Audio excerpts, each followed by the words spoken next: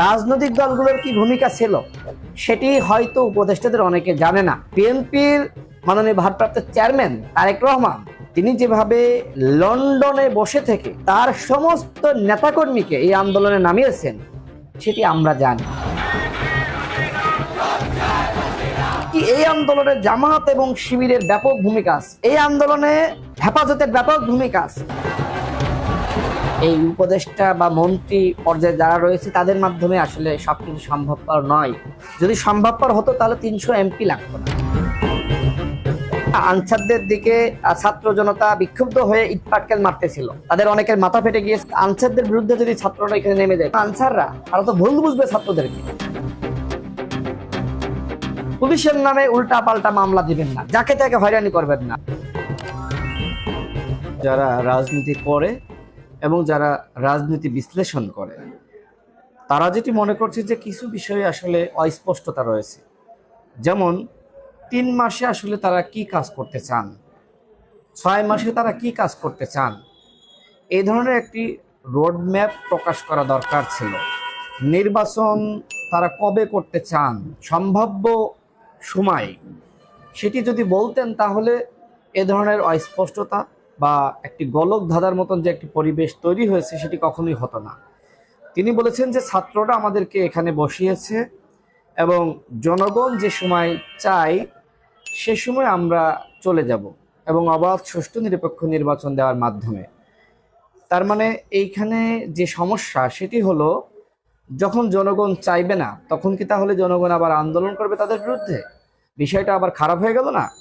Doctor Yunus শুধুমাত্র বাংলাদেশের জনগণের কাছে সম্মানিত ব্যক্তি না, তিনি আন্তর্জাতিকভাবে একজন সমাধিত ব্যক্তি। তার মতন মানুষের কাছে কেন নির্বাচন চেয়ে আন্দোলন করতে হবে? এটি তো আসলে এক ধরনের অসম্মান, তাকে ছোট করা। আমরা সেটি চাই না। আমরা চাই কাজের জন্য যদি তাদের 1 বছর সময় লাগে তাহলে তারা বলুক যে আমাদের এই কারণে এই সংস্কার, আমরা এই কাজগুলো করতে চাই যে কারণে আমাদের 1 বছর সময় প্রয়োজন। যদি তাদের 6 মাস সময় লাগে তাহলে তারা বলুক যে আমাদের এই কাজগুলো করতে হবে, 6 মাস দরকার। অর্থাৎ তারা একটি প্ল্যান ওয়ার্ক আমাদের কাছে প্রকাশ করুক। এই সময়ের মধ্যে যদি কাজ না হয় তাহলে তারা পরবর্তীতে বলবে যে আমাদের আরো সময় প্রয়োজন। অর্থাৎ আমরা চাই তারা জাতির কাছে সবকিছু স্পষ্ট রাখুক এবং যে রাজনীতি আমেরিকা ইউরোপে হয় সেই রাজনীতির আদলে বাংলাদেশের রাজনীতি প্রতিষ্ঠা করা এবং বাংলাদেশের কালচার ডেভেলপ করা। বাংলাদেশে গণতন্ত্র ছিল না, ভবিষ্যতে কিভাবে গণতন্ত্র রাখা যায় সেই ধরনের একটি সংস্কার কিন্তু আমাদেরকে করতে হবে। বাংলাদেশের বিচার বিভাগকে সংস্কার করতে হবে, বাংলাদেশের অ্যাডমিনিস্ট্রেশনকে সংস্কার করতে হবে, পুলিশকে সংস্কার করতে হবে। সামগ্রিকভাবে সর্ব জায়গায় আমাদের সংস্কার দরকার। সেই সংস্কারগুলোর জন্য একটি ফ্রেমওয়ার্ক প্রকাশ করলে সেটি আসলে খুব ভালো হতো। সামগ্রিকভাবে তার বক্তব্য খুবই মানুষের কাছে পছন্দনীয় হয়েছে। বিশেষ করে তিনি কোনো মানে পেপার দেখে দেখে বক্তব্য দেননি। তিনি তার আবেগের কথাগুলো, মনের কথাগুলো নিজের মতন করে বলেছেন। এই যে আমরা যেভাবে এখন প্রেস ব্রিফিং, আপনার সাথে বক্তব্য দিচ্ছি, কথা বলছি, বা যেভাবে প্রেস ব্রিফিং করি, যেভাবে আমরা পাবলিকের সামনে আমরা বিভিন্ন মিছিলে, বিভিন্ন সমাবেশে বক্তব্য দিই, আমাদের আবেগকে আমরা তুলে ধরি, ঠিক ওইভাবে তিনি বক্তব্য দিয়েছেন। জাতির কাছে এই বক্তব্য ব্যাপকভাবে গ্রহণযোগ্য হয়েছে, কিন্তু ওই একটি জায়গায় একটু অস্পষ্টতা হয়েছে, যেটি নিয়ে আজকে বিএনপির মহাসচিব বক্তব্য দিয়েছেন। তিনি বলেছেন যে আমরা একটি রোড ম্যাপ প্রত্যাশা করেছিলাম। তো হয়তো এই মেসেজ ইতিমধ্যে তার কাছে চলে গিয়েছে। ডক্টর ইউনূস জনগণকে গুরুত্ব দেন, রাজনৈতিক দলগুলোকে গুরুত্ব দেন, যেহেতু দলগুলোর পক্ষ থেকে এখন দাবি এসেছে একটি রোড ম্যাপ প্রকাশ করার। আই থিঙ্ক এই অন্তর্বর্তীকালীন সরকার সেটিও করবেন। আজকে 3 জন উপদেষ্টাদের সাথে আমাদের কথা বলার সুযোগ হয়েছে, আইন উপদেষ্টা, শিক্ষা উপদেষ্টা এবং বিদ্যুৎ ও জ্বালানি উপদেষ্টা। তাদেরকেও আমরা একই কথা বলেছি যে এইখানে আসলে দলগুলো একটি রোড ম্যাপ চাই, যেটা আমরা আমাদের পাবলিক ফাংশনে আমাদের বক্তব্য আমরা দিয়েছি, সব জায়গায় বলে আসছে।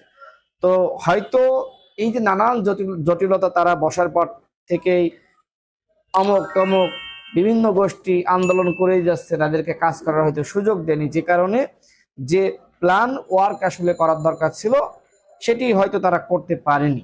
এটি আমরা মেনে নিয়েছি। তবে আমরা প্রত্যাশা করব যে তারা দ্রুত সময়ের মধ্যে একটি রোড ম্যাপ জাতির সামনে হাজির করবেন।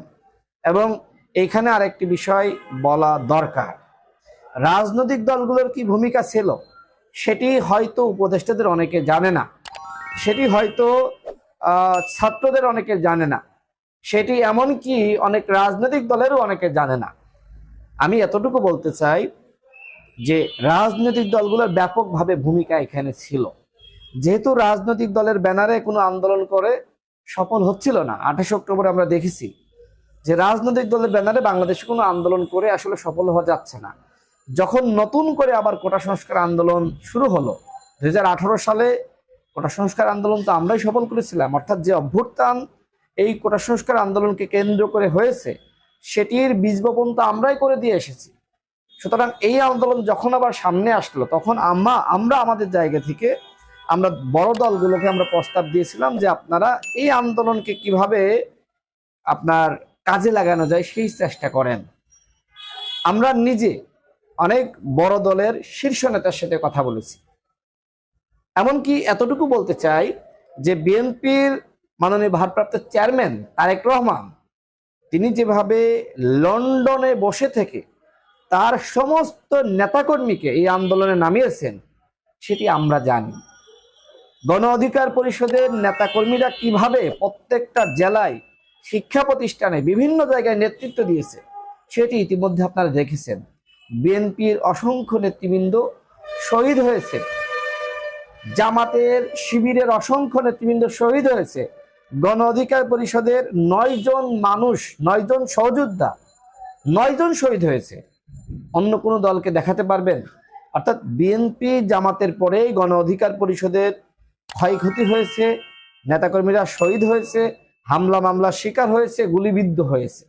যে কারণে আমাদের অফিসে আপনি এসেছেন, দেখেন যে সেই সকাল থেকে রাত 12টা-1টা পর্যন্ত একের পর এক মানুষ, নতুন নতুন মানুষ আমাদের অফিসে আসছে। রাজনৈতিক দলগুলোর যে ভূমিকা সেটি অপরিসীম, সেটি অনেকে হয়তো জানে না।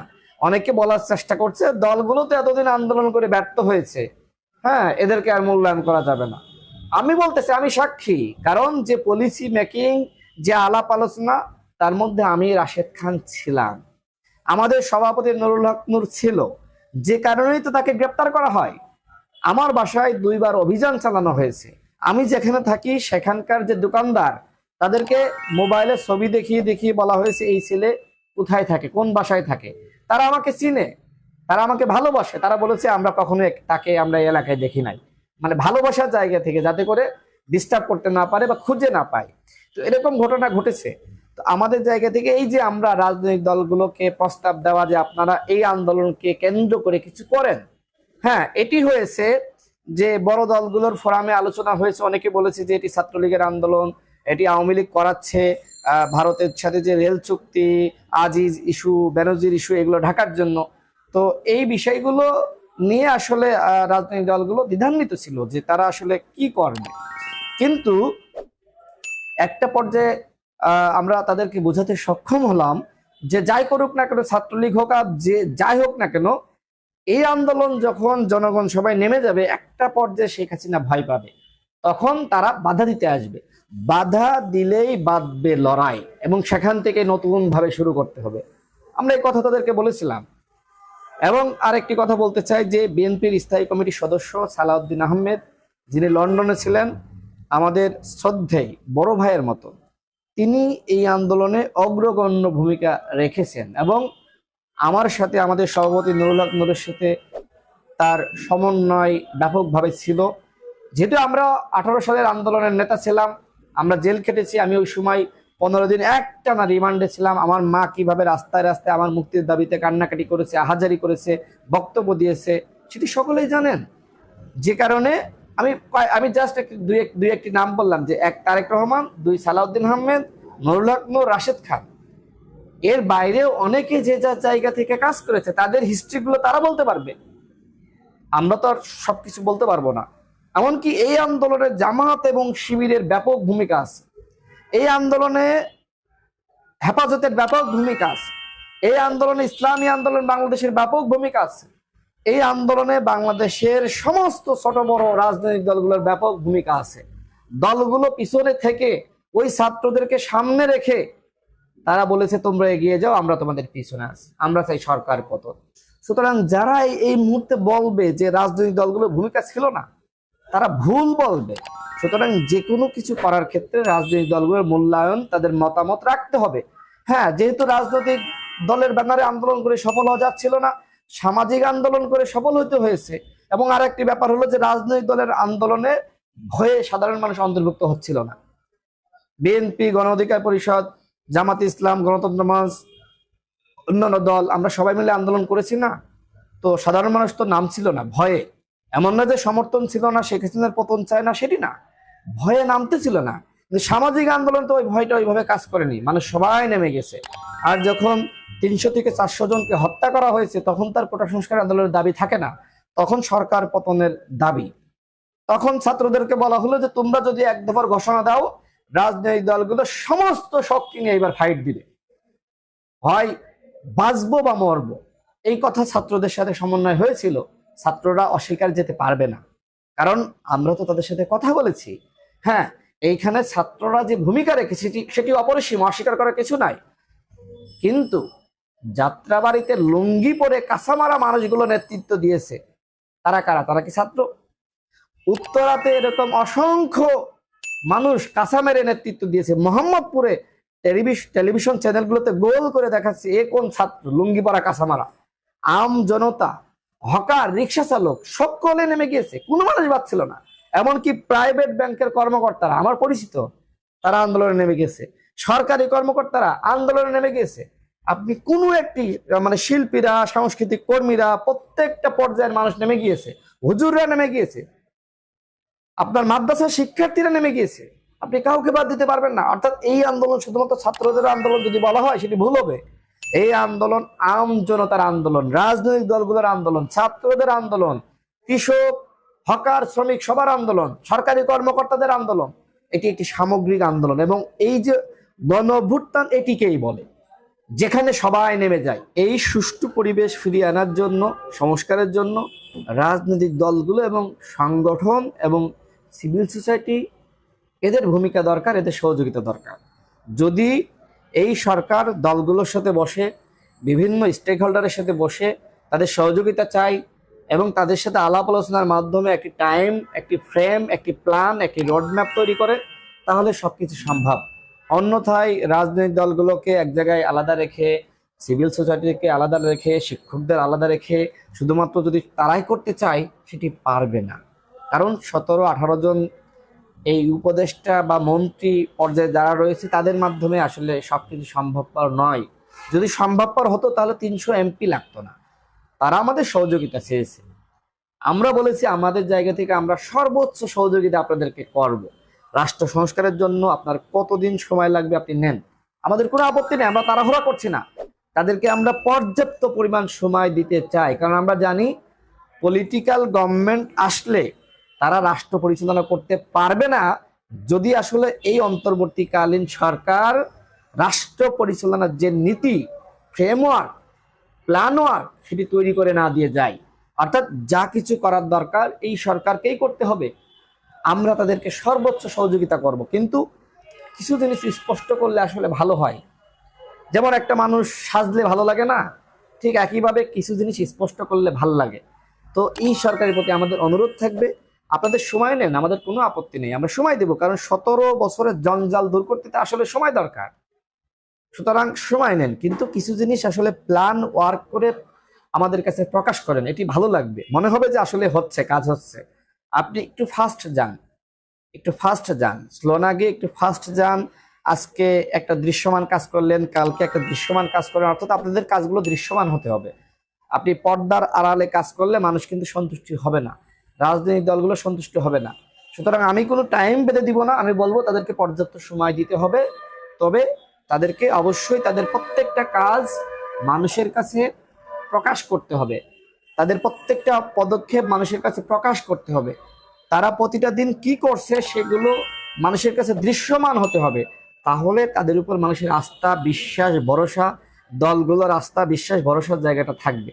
আর যদি অস্পষ্ট থেকে যায় কোনো, মানে একটা জিনিসও যদি অস্পষ্ট থেকে যায়, তাহলে ওই একটা জায়গা থেকে কিন্তু এক ধরনের অস্পষ্টতা ডালপালা মেলবে, ক্ষুদ্র থেকে বৃহত্তর সমস্যা সৃষ্টি হবে।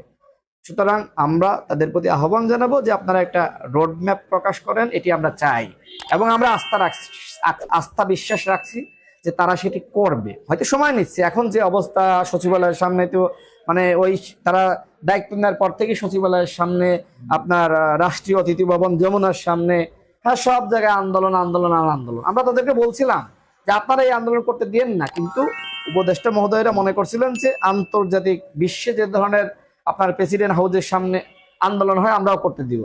কিন্তু বাংলাদেশে তো আপনার একটা আন্দোলন হয়েছে, সরকারের পতন হয়েছে, কিন্তু রিফরমেশন অফ মেন্টালিটি মানসিক সংস্কার সেটি হয় নাই। আমি আপনি তো আজকেই পরিবর্তন হয়ে যায়নি। সুতরাং এই জায়গা থেকে আপনি চাইলেও সচিবালয়ের সামনে তাদেরকে অ্যালাউ যে করলেন, আমরা ওই শুরু থেকেই যাদের উপদেষ্টাদের সাথে সাক্ষাৎ হয়েছে বলেছি এখানে অ্যালাউ করেন না, আমাদের কথাই তো শেষমেশ মানতে হলো। সুতরাং আমরা এখনো পর্যন্ত বলবো যে বাংলাদেশের মানুষকে আইনের মধ্যে রেখে আসলে সবকিছু করতে দিতে হয়। এই দেশ আসলে এখনই আমেরিকা ইউরোপ হয়ে যায় নাই, যখন হবে তখন করবে, সমস্যা নাই। যতক্ষণ না পর্যন্ত না হচ্ছে ততক্ষণ পর্যন্ত একটু কড়াকড়ি জারি রেখে